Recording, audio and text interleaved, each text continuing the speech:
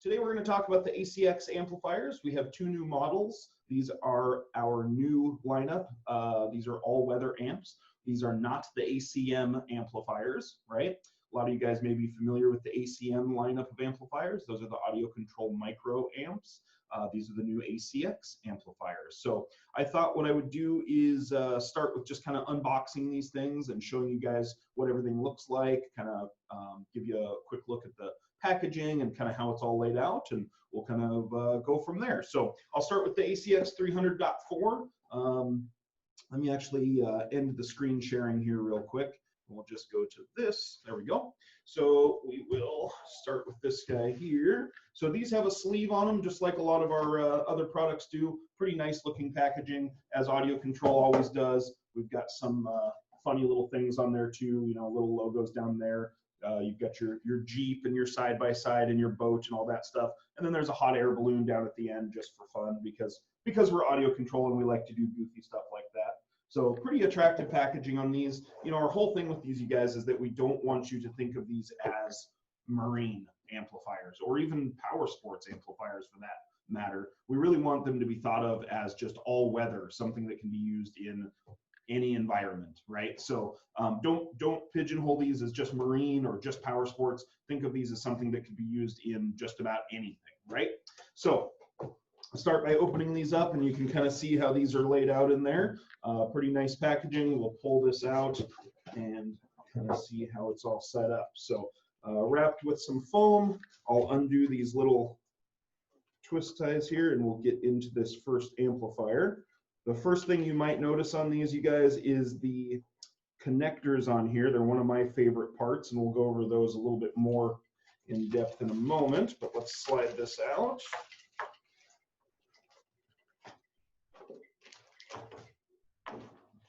Slide this out of the foam, take it out of this plastic wrap, push that stuff onto the side. So that is an ACX 300.4. This is our 4-channel model. You can see permanently connected leads coming out of this amplifier, input on one side and output on the other, obviously. A couple of cool things on these too I've mentioned before, but these do have these nice waterproof connectors. I'll go over more about those in just a moment here. But let's see what else comes in with these. There's an extra plastic bag in here. And within these, you've got some mounting screws and all of your pigtails. So rear speakers, front speakers, power and ground. And then these pigtails are just, you know, maybe 6-8 inches long, something like that.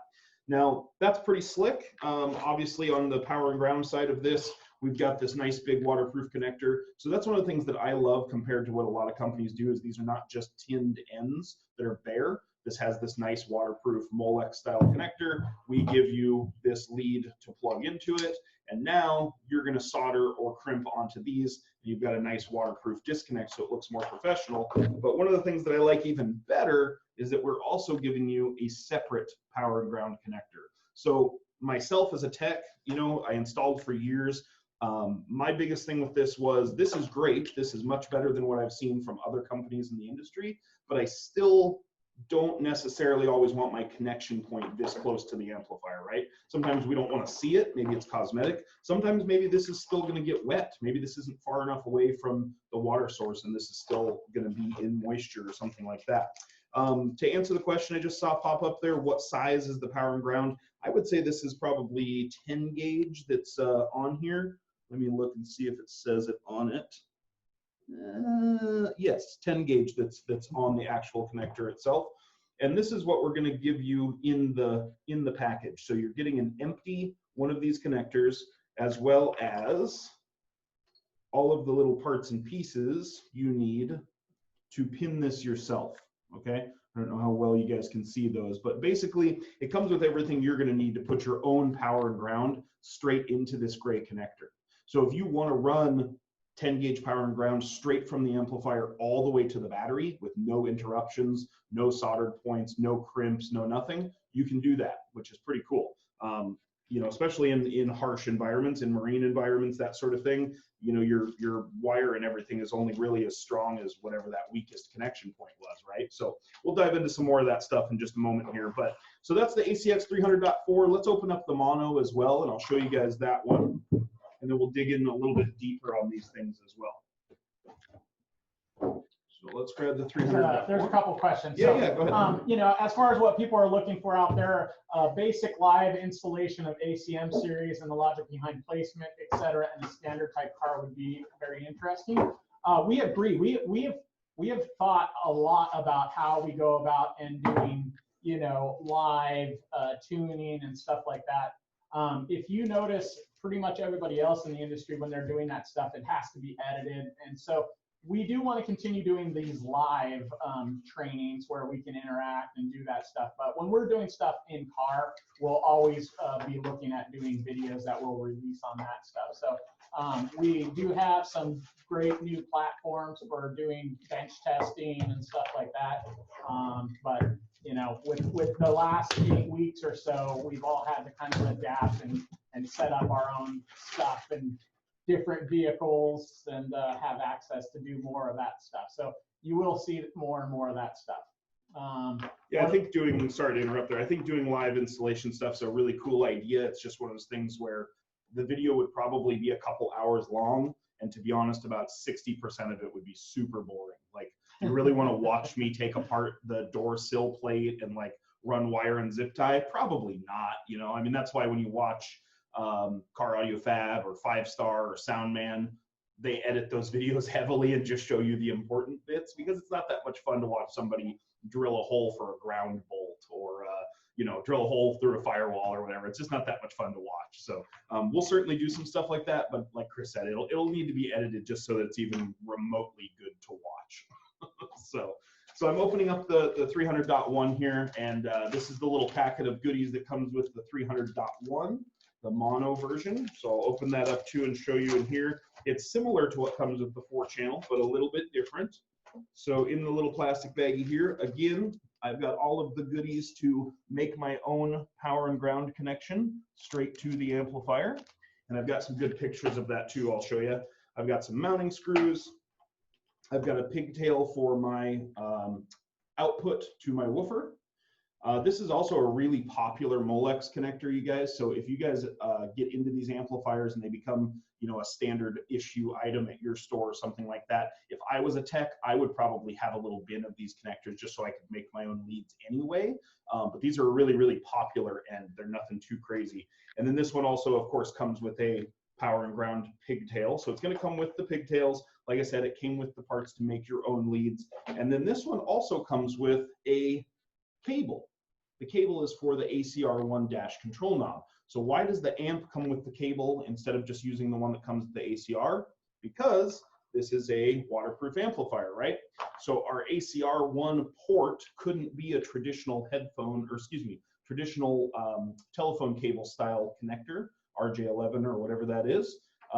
So we had to do this nice little waterproof one on here. If I open this up, you can probably see in there, it is basically a headphone jack, right? So what we've done is pretty cool. It's a great idea by one of the team here. And that was, rather than redesign the wheel and try to come up with a completely different knob and all this stuff, what we did is we're going to allow you to just use the regular ACR1 dash control knob, okay? So your customer or you would buy the ACR1. The cable that comes with the ACR1, you're not going to use. You're going to use the cable that came with the amplifier, because the cable that came with the amplifier has this on one end and this on the other, okay? So we've got headphone jack style and telephone jack style on the other end. So to the amplifier, we've got our headphone jack style, and then to our ACR1, we've got our telephone cable style, and ta-da, now you've got a working bass knob with your ACX 300.1. So that's kind of a basic unboxing of what comes with these guys. Just to clarify, you will need to buy the ACR1 separately like you normally would. It does not come with the amplifier, but the cable for it does, just in case they do want an ACR1 to go with it. So that's kind of the basics of that stuff. Let's go into the next part of this, and let me open this up. There we go. All right, cool.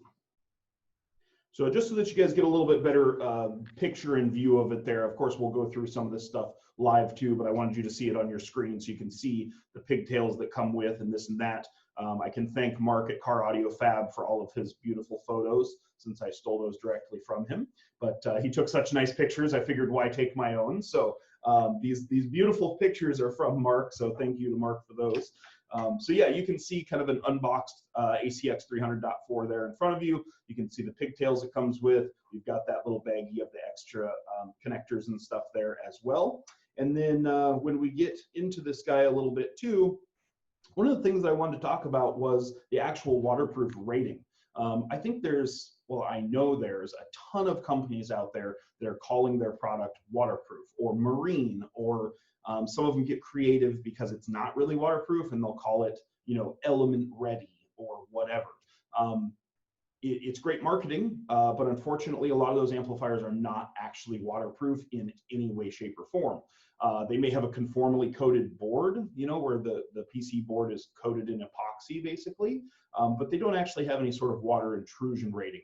These new ACX amplifiers are actually water intrusion rated. These are IPX6 rated. So if you look at your screen right now, you can see all of the different ratings there. And when you're comparing these to maybe some of the competitors out there, that would be a great thing to have a look at and compare, is what rating are these amplifiers truly. So like I said, these are IPX6.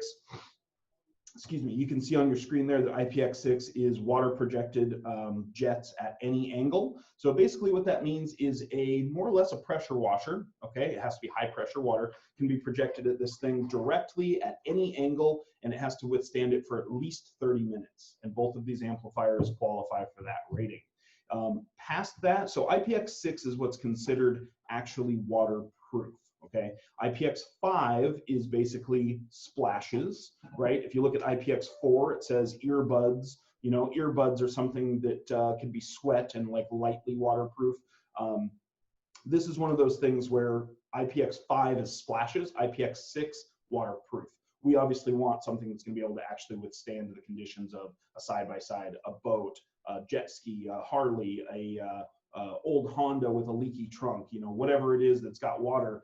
We want these to be able to actually hold up to that. So it's pretty impressive waterproof rating when you really get down to it. If you go anything past IPX6, you can see on your screen there, once you get to IPX7 and 8, you're talking about submerged, okay? And obviously submerged, if we're worried about this being submerged underwater, I think you've got other issues with your boat or your jet ski or your car or whatever. If we're worried about this being literally underwater for 30 minutes straight, we've got other concerns, I think, to worry about. So I just want to make that clear. That's one of the things that makes these a little bit different from a lot of the other amplifiers out there. And a really easy way to tell you guys, if you didn't know this already, maybe it's common sense, maybe it's not, but if you look at an amplifier that does not have the wiring permanently connected to it like this does, there is no way that amplifier is going to be any sort of waterproof. It may be splash resistant, it may be somewhat water resistant or element ready or whatever that company wants to call it, but it will not be waterproof. Okay, to achieve waterproof, you pretty much have to have permanently connected leads like this or some sort of waterproof connection or something like that. So pretty cool on these ones. So both of the models that we have to offer are both 300 watt RMS models. So they are a ACX 300.4 and ACX 300.1. For those of you wondering, for those of you familiar with AudioControl, yes, the model numbers are purposely different on these. If this were, say, a LC or ACM series amplifier, they would be an ACM 1.300, right? In ACX, it's 300.1. So yes, we did it differently on purpose. This line kind of needs to be separated from the rest a little bit. So yes, the power ratings are very similar or the same as the ACM series of amplifiers. We kind of purposely did it that way. If you look at those power ratings though, still very robust little amps. Physically, these are obviously quite small. And 300 watts, there's a lot that you can do with that. You can see the ratings on your screen. And I'm going to bring up a poll for you guys real quick for you to check out. And let's do this.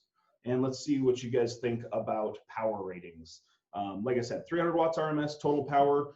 Everything that we do is RMS, so we don't do peak power. You'll notice that on your screen there, we don't do peak, we don't do max, we don't do any of those crazy inflated silly numbers. We just do RMS. We just do straight up real power ratings. Peak power is not on the box. It's not in the model number. You know, if we were some of the other companies out there, I mean, I guess we could call this ACX 600.4 if we were like a lot of the other guys, but we just want to keep it real and have real power numbers on there that you actually know what it is. You know, you can glance at these amplifiers and know exactly how many channels they are and how much power they are. So, oh man, nobody thinks it should be 3,000 watts and we suck. I guess, all right, well, fair enough. I'll give people another minute to vote there. Hey, while you guys are voting on that, you know, I do want to say on Zoom, the audio has seemed to get better for us. You know, the first 4 weeks, we kind of went back and forth. On Facebook, we do get some complaints about audio and us getting mics. And we actually tried new mics here this morning, but because Matthew and I are in a same room, but 6 feet apart, it just creates a massive echo. So for all of you in Facebook land watching right now, we hear you. We will try to do this from different locations going forward, but or join us on Zoom. The audio is way better on Zoom. The picture is better on Zoom too. Yeah. So that's my 2 cents. Is get off Facebook and go to Zoom instead. but yeah, we do hear you, and we will work on our our technical aspect of these trainings. So we appreciate you guys. Yep, and we'll get back on it. So I just don't want to let any questions slip and have you guys think we're ignoring you in any way, shape, or form for any questions you have. Good call, Chris. All right, so I'll end that poll and let's see where my mouse go. There we go. So overall, 67% of you said 300 watts is more than enough for most applications. 20% of you said it's okay, but I wish it were more. And a couple of you, only one of you said that it should be 3,000 watts and that we suck. So that's good. I'll take that. That's pretty good. Pretty good ratings there. So thank you for participating in that one. So let's move on to the next part of it here. And this is one of the little connectors I was talking about. So remember I said we have that separate little connector in there for you. Like I said, it comes in a nice little plastic bag. You can see it on your screen, all the pieces that come with. For anybody that hasn't pinned one of these before or done any sort of a connector like this before, it's way easier than you might think it is. It's no harder than crimping any other wire, really. Guys look at this and they go, oh, I'm going to need a special tool, or that takes a special crimper to put that on. It really doesn't. You literally just have to remember to slip the little rubber boots, those little gray round donut looking things you see on your screen right now. You just have to remember those, to slip those over the wire before you put the little silver connector on there. You crimp the connector, or better yet, fold it and solder it if you can. And then slide that in there, slide the rubber boots in. The little pale whitish yellowish piece that's in front of the connector on your screen is just a retaining clip. That just makes sure that the pins never slide out or anything like that. And once that's all done, you're done, man. So like I said, you can easily use these connectors and get yourself from the amplifier all the way to the power source with no interruptions. Now, in my history of installing, I can't tell you how nice that would have been on Harleys and side-by-sides and boats. And, I mean, how many bayliners have we all done where we put one of these small amps up near the head unit because that's where everything else is, but you've got to run 30 feet back to an amp or back to a battery bank or something like that. Wouldn't it be nice if you could just go all the way there and not have to stop or have any crimped or soldered connections on here? I think it's a pretty cool idea. Looking forward to seeing a lot of those used in the field and that sort of thing. The other thing I mentioned before is that these are common connectors. I know a lot of guys look at these and go, oh, they're proprietary. They're really not. I mean, they're just a Molex style connector. You can get these connectors online. I've seen plenty of shops have a little kit, kind of looks like a little tackle box, and it comes with all of these different styles of connectors. So if you get more into doing this type of work, and maybe you're even doing a product that doesn't come with any of these types of connectors, you might think about adding quick disconnects like this to your side-by-side and Harley jobs and things like that. Because the other side of this is not only is it convenient and it looks nice, but there's a couple of other aspects to that. If your customer ever has to take the fairing off their Harley for whatever reason, right? They're gonna put new mirrors on it or whatever it is, and they take it apart and everything is butt connected, okay?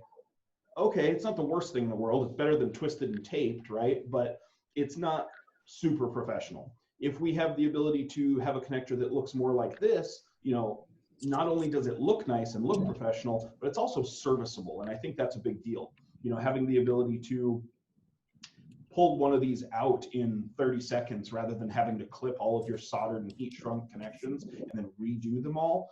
The other thing with that is dealerships. You know, let's say you put one of these in a side by side. Okay, most of those, say, Polaris razors, you're going to end up putting these amplifiers up in that kind of, I don't want to say top dash, but kind of under the hood area, right? Top dash, under hood region of those Polaris razors. Well, if you take off that top piece of that Polaris razor at the dealership and they have to get to the ride command module or the suspension ABS module or whatever is under there, do you think they're going to be nice when they take this out? God, no. They're just going to cut your wires and yank whatever out so they can get to it. But if these have some nice, you know, quick disconnects on them, hopefully anyway, they see the quick disconnects and just go, oh, cool, unplug it, and on they go, right? So I think it's going to make a big difference as far as that side of things are concerned. You know what, Todd Ramsey put up a good quote there. Todd, if you want to take a second and unmute yourself, go ahead and you can go ahead and read off what you posted there. I think that's a great thing that people could hear. Okay, unmute. Do you guys hear me? Yeah, We hear you. All right. Cool. I got my whole big boom mic DJ set up, man. I'm all set up now, man. This podcast. It's so cool. So what I commented there is to Matthew's point on the survey about the amount of power. You know, I've always sort of preached, how about we try and figure out how to waste less power instead of trying to always make more power. That's a and in particular, you know, some of those tricks that we've learned over the years of just sort of how to maximize the power that's available and that the vehicle will support. I've found that it's particularly kind of important in the UTV and motorcycle space where they lack an alternator and just have a stator instead. So they don't necessarily, I can't go call Tom at Ohio Generator and bolt on a big 800 amp alternator to, right, run 6 batteries and the whole thing. And so in those cases, I know that in some cases for UTVs, the guys that use those play with the key off, and they'll play at the campsite. And in those cases, it's okay to maybe add a second battery and run the audio system completely off that second battery, and then just charge it with a plug-in wall charger overnight while the vehicle's at rest, because a lot of them use that as a kind of a jukebox. At the campsite, well after the car or the vehicle's been driven. But motorcycle guys, same thing. They'll drive a little bit, but park and maybe spend a lot of time playing audio while it's parked. And so you really, and especially in marine, nobody wants to get stuck in the middle of the lake, cranking it up for hours on end, and can't start the boat again. So most dual battery setups, I always say, wire it only to one battery, so that the worst case scenario, you deplete that battery, you still have your starting battery to go. But all these scenarios really underscore the need to think about what is reasonable for power output. And the 10 gauge wiring kind of suggests, okay, well that's not terribly high current. And so if the amplifiers, these Class D amplifiers are pretty efficient, then the way to maximize that is really to think about the speakers that you use. Higher sensitivity speakers are great. The positioning of those speakers in particular, I found, like in our boat, we did a lot better. Instead of having, a set of speakers like in the rear seat and then a set of speakers up front in the open bow area, you got to scatter speakers throughout the boat so that everybody has one or a pair of speakers nearby them, so that the overall volume doesn't have to, try and be so loud, so everybody can have a, kind of a linear listening experience. Nobody's blasted out of their seat and nobody's, like, hey, I can't hear it. So that's a great point, Todd. Yeah. And so these are all just things I think about when we talk about these all-weather amplifiers. Is really, the power there is really plenty. It's just what you bolt onto it afterwards to project that sound and how to maximize that. Well, and I think in this industry in general, to go along with your point there, is that, everybody is getting really hung up these days on that they need 3,000 watts is the example I used earlier to be funny, but everybody thinks they need 3,000 watts on their woofers just to get loud. And it's like, look, I have heard and had plenty of systems that only had truthfully a couple hundred watts RMS, and that can sound fantastic and still get plenty loud. So 300 watts really is a fair amount of power. It's like I think most people voted, it's plenty of power for most of these applications. And like I said, I mean, if you get into other worlds of audio besides car audio, we are the only ones really that get into thousands and thousands and thousands of watts is what you need. I mean, you talk to guys that set up concert venues, they are not running thousands of watts to each woofer, okay? You get into guys that are setting up home audio, you know, depending on the application, of course. Most of those systems, though, you look at a really nice receiver, and even there, it's a couple hundred watts a channel. You know, I mean, we're not getting into multi-thousand watt systems for all of this stuff. So I think to kind of reiterate that point, I totally agree. I think you may be surprised if you've never done it before, to Todd's point, to have a system that has, you know, maybe 300 watts, even a system that uses a single 4-channel 300 watt amp and runs a pair of coaxes and a sub bridged off the rear 2 channels, can really be really a lot of sound and be very very enveloping and have plenty of output for a lot of consumers anyway. You know, is there always going to be guys that want more? Of course. But I think for a good majority of systems and a good majority of applications and a good majority of people out there, I think the power ratings on these are more than enough to do what a lot of people need. So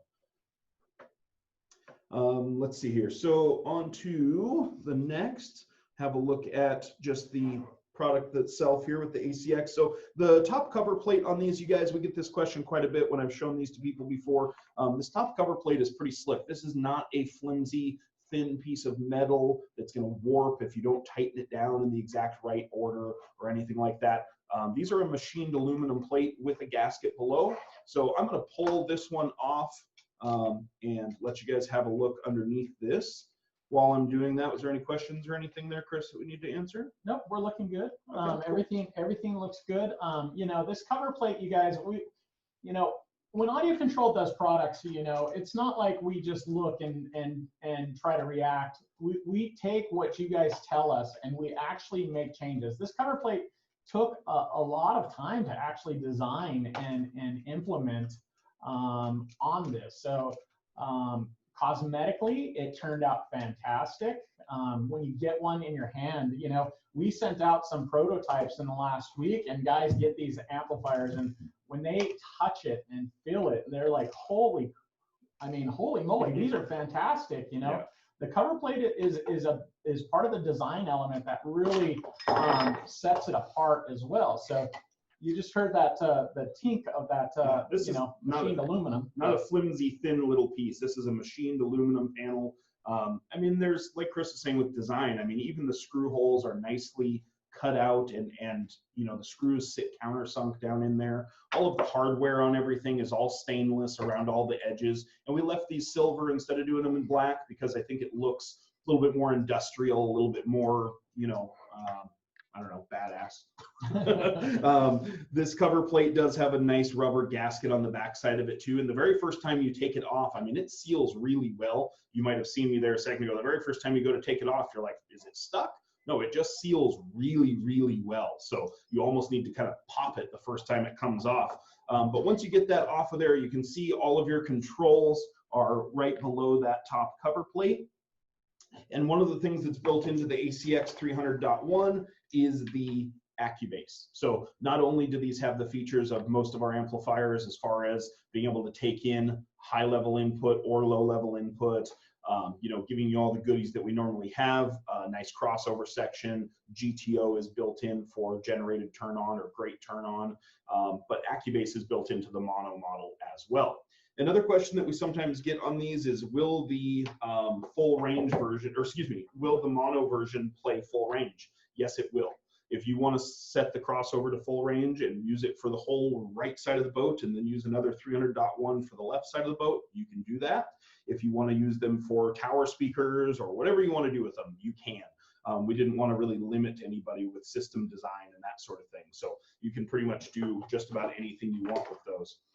So on the face of this guy, as far as what's available here below the top plate, We've got a power light, a protection light. There is a maximized LED as well. So you can actually, when setting this up, get that on and get this to be as close as you can, as if you don't have a oscilloscope or anything else to set it up with. And then your input level is on here as low or high. So depending on what you're feeding into these, just hit that selector switch and tell it what you're feeding in. The ends on this are an RCA type end. So if you are going to do high level input, you have a couple of options. You can plug an RCA end into this, and on the other side of the RCA, just cut it off and turn it into twin lead. Or if you wanted to, you could technically take off the ends of the product itself and go straight to these input leads. You know, doesn't really matter. They are all labeled as well. There's nice little heat shrunk labels on the inputs and outputs themselves. Kind of hard to see probably on the camera there, but every input and output has nice heat shrunk labels on it. So you're not going to be wondering what's what. The 4-channel version is bridgeable as well. So that's another thing I will mention while it's popping in my head. And on the mono here, sorry, I was going through that. Your crossover section is here, low pass crossover built into the 300.1. So we've got 80 hertz, 120 hertz, or bypass, kind of like the ACM series as far as the crossover section goes. So not a fully variable crossover, but it is variable or selectable, I should say. And then your Accubase is set up right down here with these two knobs. So you have threshold and level. And then the very last one is our GTO signal sense, whether we want that on or off. So fairly simple as far as the connections and everything that are there, but I think all of that kind of makes sense for a product like this. While we're talking about that too, let me throw up this one here and throw another poll at you guys and see if you're paying attention here. So throw that up at you and have a look at those connections that are on there. So this is really kind of talking about that little gray extra connector that we put in the box there, so you can do your own power and ground connections, that sort of thing. What you think of the speaker connectors that are coming off of this? I haven't really shown those yet, but on the 4-channel version here, let me just pull this up while you guys are doing the poll. This is our, turn this around. This is your speaker outputs on the 4-channel version. So they are a really nice Molex connector. Like I said, they're all gasketed inside, all waterproof. Pretty slick setup on these amplifiers. All right, let's see how we're doing here. So, so let's see. 70% of you said you like the connectors, but you love that we include the spare power ground one. I had a feeling that was going to be the winner there, since I personally was a kind of a champion of doing that with these products. I really wanted that connector to be available separately. When we were developing these, I loved the idea that they have the connector on them. You know, we started with just on the power and ground having the connector on here. We started with just this one, and then we decided to add it to all of the connections because it just makes sense. But I really like the idea of having it separately in there as well. So I'm glad that you guys feel the same way. So yeah, 70% of you said that. The other 41% said nailed it. Great idea, guys, as far as the just connections in general. So cool. Thanks for participating in that. I got a quick question for a lot of you guys out there that do this day in and day out, especially in marine environments. Do you prefer to use RCAs, or do you prefer to use speaker level inputs? Just go ahead and type your response in Zoom for me, because as an old retailer, a lot of times, particularly in boats, if you were using a unit that was a marine head unit, the outputs were always so low that you're trying to use your amplifier section, and then you end up getting more noise into those systems. If you have LEDs, if you have, you always were more susceptible to noise.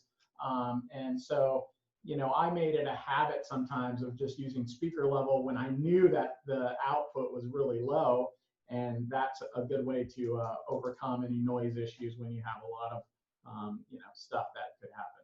So. Yeah, and with a lot of the power sports and marine and all those different head units that are out there now too, I mean, a lot of them have 3 sets of RCA outs too, but a lot of times you ran into, maybe less expensive single DIN marine units and stuff that were just only had 1 set of RCA outs or something like that. And high level was a great way to get around that. But like you said, it's also just a good way to get around noise issues. And we all know, boats are one of those ones where, especially some of the smaller fiberglass boats, it's tough. I mean, where are you going to ground? Obviously, you have to ground to the battery. There's no other choice. So a lot of times you're susceptible to noise there. So Cool.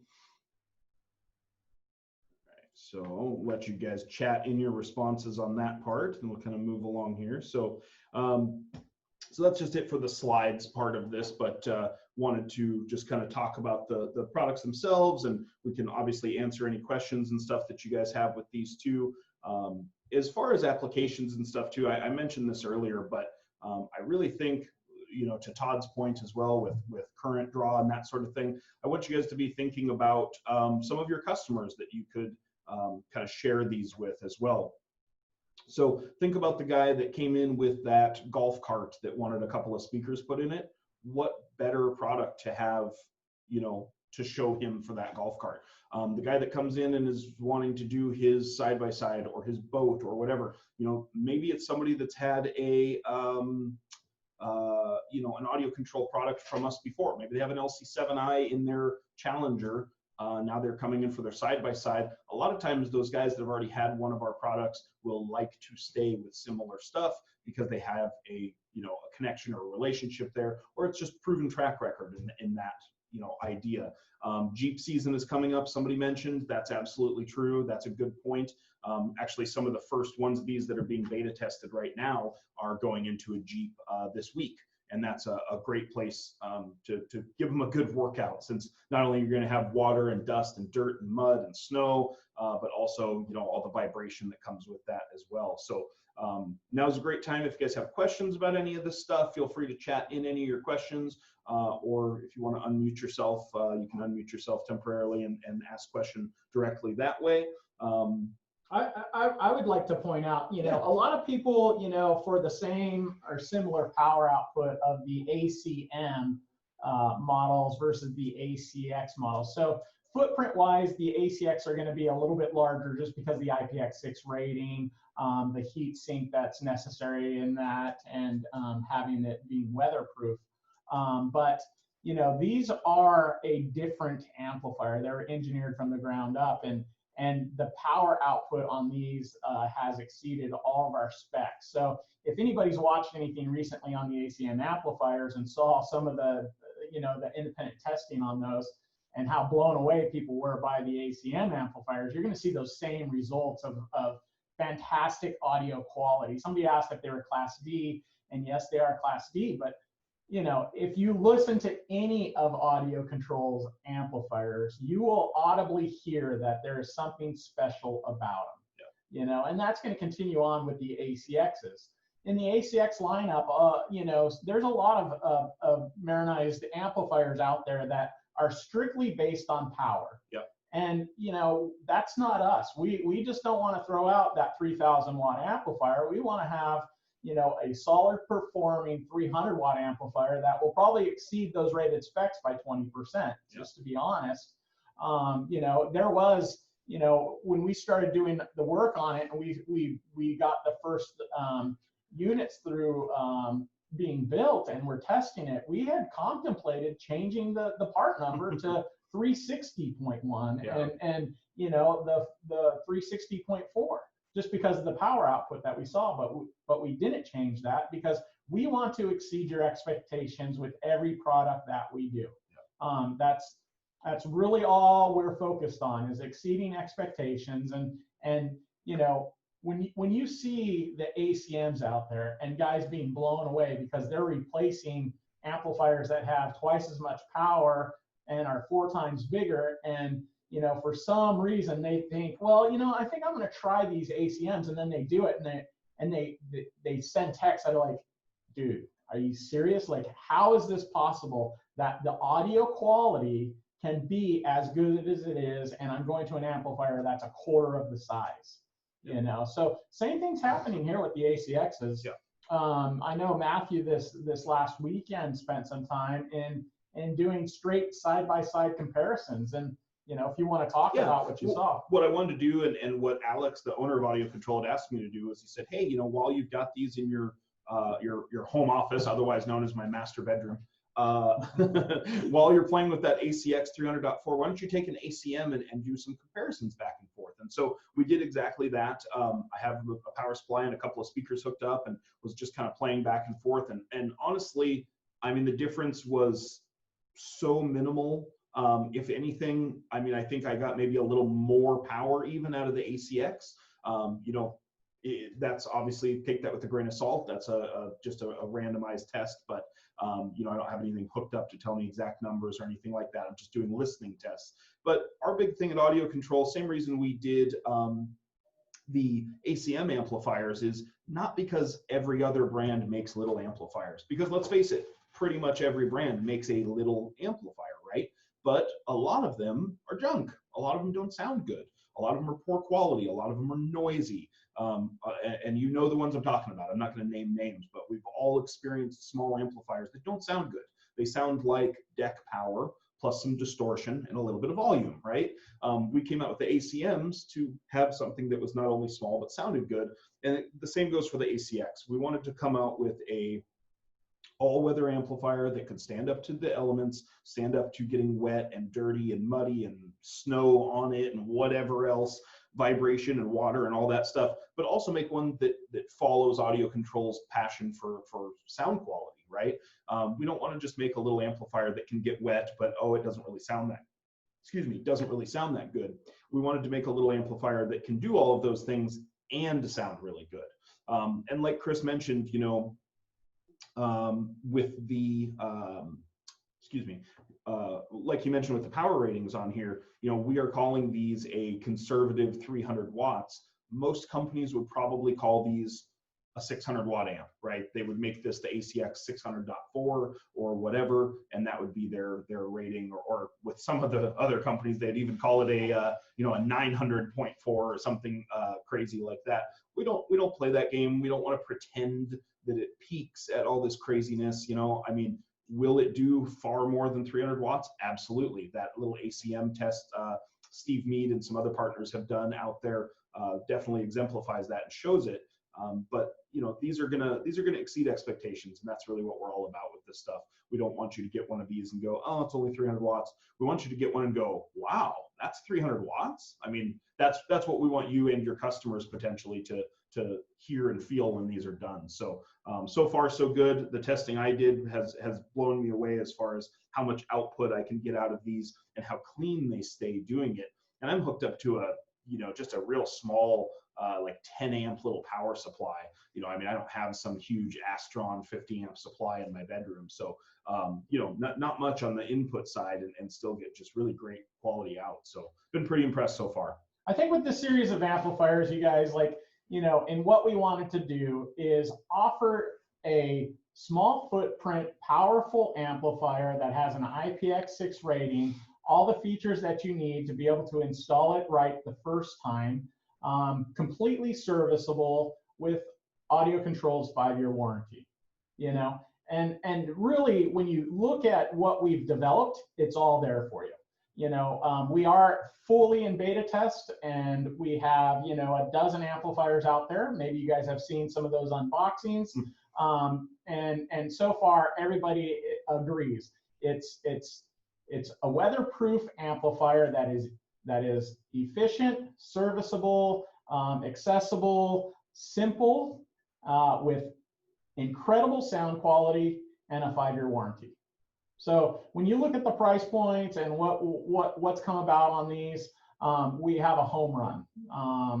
And the auto access is for tomorrow or today? Okay, great. Greg just unmuted himself. So Matthew just threw up another poll. So what do you think about this series of amplifiers? And while you guys are answering that, also be thinking about what you would like to see with this. All right, because we are in the middle of looking at some other products, and I would like to just see if you guys have any ideas of what other products you would like to see in an ACX lineup. I have another poll about that. Oh, and Matthew's well ahead of me. So what am I talking about here? So I'll let Matthew take that over. Oh, Chris and I think so much alike. He'll start to say something and it's like, wait, I have a slide in the poll about that. But no, I'll end this one real quick. So, I mean, everybody for the most part says they like how simple and clean it looks, very industrial and neat. I want one. And a couple of votes said, I wish it were a little more spicy. And that's okay. You know, I mean, that's you know, audio control as far as all of our amplifiers and stuff, for the most part, they are generally kind of industrial and simplified. That's kind of our style with all of our products. You know, is it for everybody? Probably not, but you know, everybody's got a preference on that stuff, so that's okay. Thank you for participating in that one. So I got one more I'm going to throw at you guys here, because we are getting close to the end here. But if we were to do something in the future with this lineup, what would you like to see? You know, and this is talking specifically about the ACX lineup, so don't get confused. You know, we've talked about other things in the future too. This is more concerned about just this lineup. If we could take this same chassis or this same chassis but a little bit longer, what would you like to see in that lineup? So I'll give you guys a minute to vote here and see what we get for results. I appreciate you guys participating in these polls too. They're kind of fun to take the temperature of the room and see what you guys think. So I appreciate you guys actually participating in those. So somebody on Facebook put in processing inside. Yeah. An ACX with processing in it. That would be kind of cool. Just like a mini DSP in there, maybe. A couple channels in, couple channels out. Yep. Nothing crazy. That could be cool. Yep. Matt is Chris's work wife. How dare you, Todd? On the chat. All right, I think I'll end that poll there. So 62% of you said a 5-channel model in a longer chassis would be what you'd be interested in. And then the next runner-up to that, tied actually, is a 3-channel and an 8-channel model. So to me, I think the 3-channel is actually a really cool idea. I mean, I know you can take a 4-channel and bridge the rears and make it into a 3-channel, but I always like the idea of having a true 3-channel amplifier that actually has settings in it for a sub-channel, so on and so forth. I've always thought that was cool. And then the 8-channel is a great idea too. Todd pointed out in the chat there, he chose 8 channels because you could run multiple zones in a boat or UTV. That's exactly what I would do with it. I can't tell you how many boats I went out to marinas and did. And, you know, we're not talking 16-foot bay liners, right? We're talking maybe 25, 35-foot, you know, pleasure boats, but bigger size boats, not quite a yacht, that maybe need independent volume for the flybridge, independent volume for the back deck, and then independent volume for the 4 interior speakers. How cool would that be able to do with a 8-channel, you know, single 8-channel amplifier? That would be pretty awesome. So definitely something to look forward to maybe. Somebody also mentioned no hardware would be a suggestion, or could you add the Bluetooth streamer port to these amplifiers and still maintain IPX? I don't believe we could. I think we looked at doing option port on these and it wasn't an option. However, we do have some things in the works. I won't say too much about, but we do have some things in the works to bring you guys an AudioControl Bluetooth lineup. So maybe some products that we could add on to these ACX amps to make them Bluetooth. And that's probably one of the biggest questions I've gotten when I've been out traveling around and doing trainings and stuff is, hey, those ACXs look really cool. How come you didn't put Bluetooth in them? And the biggest reason we didn't, you guys, is because A, not every vehicle needs it, right? Because these aren't always going to go in a boat. They're not always going to go in a side-by-side. They're not always going to go in a Harley or whatever. And a lot of those vehicles have Bluetooth in them, right? A new Harley has Bluetooth. A lot of the new boats have Bluetooth. The new Polarises have Bluetooth, or maybe that deck you're putting in has it. But the other thing is we wanted to try to keep the cost down a little bit on these so that there's still something that's viable for pretty much every job. You know, we always kind of like to over deliver on this stuff for the price point that we're at, and we don't want to be crazy expensive for a smaller amplifier and have guys go, oh wow, you know, this amount of power for this amount of dollars, I'm not so sure. We'd rather have it be something that you can add on, you know, something that you can add to it. So that's what we're working on right now. One other thing that I want to mention before I forget it, because I'm going to forget if I don't say it now, is that these, you guys, do have our 5-year warranty on it. Arguably one of the most important things that I should have said early on in this training, 5-year warranty on these ACX amplifiers. There are literally no other small amplifiers, no other car audio amplifiers, no other power sports, marine, whatever amplifiers that I've ever heard of anyway, that have a 5-year warranty on them, right? We always kind of have set the trend with that and set the benchmark as far as our bulletproof 5-year warranty on all of our car audio products. We are extending that to the ACX lineup. Don't think that just because these get wet or just because these are going to be in extreme environments that these won't have that warranty. These will still have that 5-year warranty. So to me, if I was still in retail, no brainer right there. I mean, I want to take care of people. I want people to feel like, you know, they're getting good value for their money. What better value than something with a really long warranties and a U.S. manufacturer backing it up, you know, a U.S. company saying, hey, we're going to take care of you. I think that's pretty awesome. So What about the price points, Matthew? should we talk about the price points? Sure, we can discuss the Okay. retail price Yeah. points. So retail price on these, you guys, we're looking to be right around the $300-ish price point. I think we're shooting for $320, $329 off the top of my head. So again, really pretty affordable for the amount of power, the length of the warranty, the features built in, the build quality, the sound quality. You know, right around the $300, $3 to $330 price range, I think is super affordable for something like this. I agree 100%, and all those features and benefits really give you guys the ability to have a product that you can believe in 100%. You know, a lot of times people think it's really simple doing this kind of stuff, but for us to make sure that we continue the, you know, the question-free 5-year warranty, as we looked into getting into, you know, an IPX6 rated product, we wanted to make sure it was overbuilt. We wanted to make sure it was, you know, over delivered on the audio control promises. So, you know, the 3 P's of audio control is power, price, and performance. And, you know, the sideline to that is always having more features or uniqueness that sets it apart. And we believe that we are going to deliver that for you guys with this lineup. Yep. We believe that as a brand, we are giving you more and more stuff to talk to consumers about.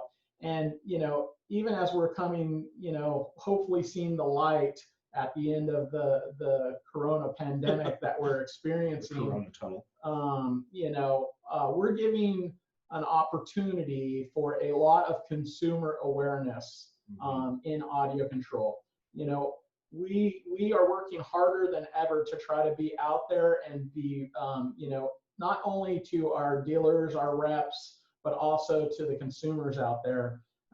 And as that happens, more and more people hopefully are going to be joining with you, coming in, asking for these products, and we'll continue to promote audio control as a brand that's set apart, not just in home audio, not just in 12 volt, but in everything that we do, in every way we interact with the customers, with the dealers. We want to be set apart. And we're delivering products that do that. So, you know, we're wrapping up this training number 8. Yep. And we can't thank you guys enough. You know, as far as the deliverables on these amplifiers, you know, everything in electronics basically has had some delays. Ideally, we would like to see these shippable in 8 weeks' time. It might not be possible because, you know, parts, you know, we can run into some challenging on parts, but we're going to do our best.